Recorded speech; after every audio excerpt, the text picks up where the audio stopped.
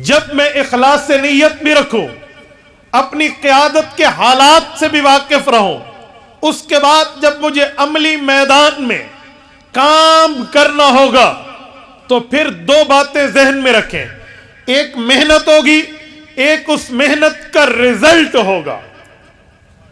تو مجھے محنت کرنی ہے، رزلٹ کی فکر نہیں کرنی۔ کیا معنی؟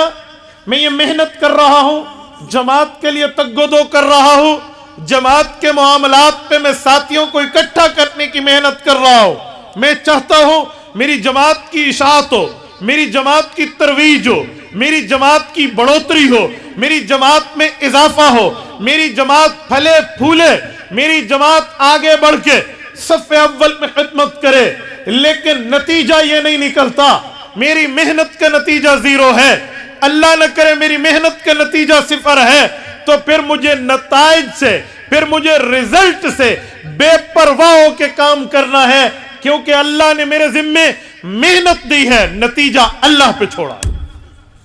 یہ بنیادی تیسری چیز ہے، اس پر بڑے بڑے جماعتوں کے بڑے بڑے کارکن بیٹھ جایا کرتے ہیں، مایوس ہو جایا کرتے ہیں، مایوسی کا شکار ہو جایا کرتے ہیں، جماعتیں آگے جانے کے بجائے انحطاط کا شکار ہو جاتی ہیں۔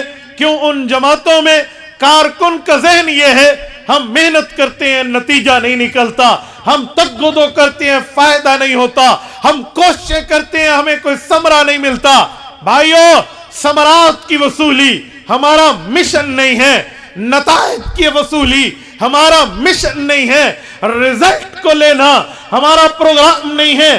ہم محنت کے مکلف ہیں، رب کریم کے دربار میں اللہ تعالی کے پاس قیامت کے دن رب العزت کے جلیل القدر پیغمبروں میں ایسے انبیاء بھی آئیں گے جنہوں نے دنیا میں محنت کی ہوگی، دعوت کا کام کیا ہوگا، تبلیغ و اشاعت دین میں اپنی زندگیوں کو لگایا ہوگا، لیکن ان کے اتباع کرنے والے میں ایک امتی ہوگا، کسی کے دو امتی ہوں گے، کوئی امت کے معاملات ساتھ لے کر نہیں آئے گا۔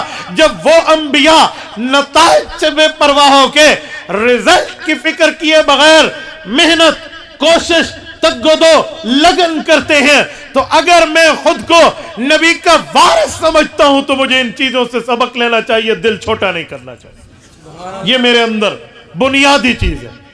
ورنہ کہتے ہیں نا کہ ہم نے دریاؤں کو چڑھ چڑھ کے اترتے دیکھا ہے، تو بھائیو دریا چڑھ چڑھ کے اتر جائے، چڑھ جائے، مجھے اس سے فکر نہیں ہے۔ ہاں، مجھے دریا کہا جائے گا کہ میں بہنے والا تھا، میں چلا تھا، میں نے محنت کی تھی، میں نے یہ نہیں دیکھا تھا کہ مجھے اس پہ فائدہ کیا ہوگا یا نہیں ہوگا۔ مجھے میرے اکابر نے، مجھے میری جماعت نے جس مشن پہ لگایا تھا، میں اس مشن کو دیکھ کر چلوں گا۔ اسے کہتے ہیں اتباع کرنا۔ اتباع طبیعہ سے نکلا ہے۔ طبیعہ عربی میں گائے کے بچے کو کہتے ہیں۔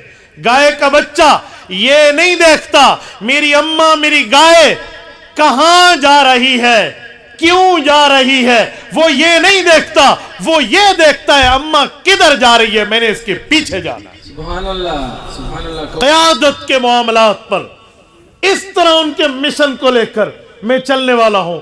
جب یوں ہوگا پھر یہ جو آج کل کیلو کال ہے، یہ جو آج کل لیکن چونکہ چنانچہ گویا کے کی باتیں ہیں، پھر یہ باتیں بند ہو جائیں گی، پھر نتائج سے بے پرواہ ہو کر ہم کام کریں گے۔ تبارك الذي نزل الفرقان على عبده ليكون للعالمين نذيرا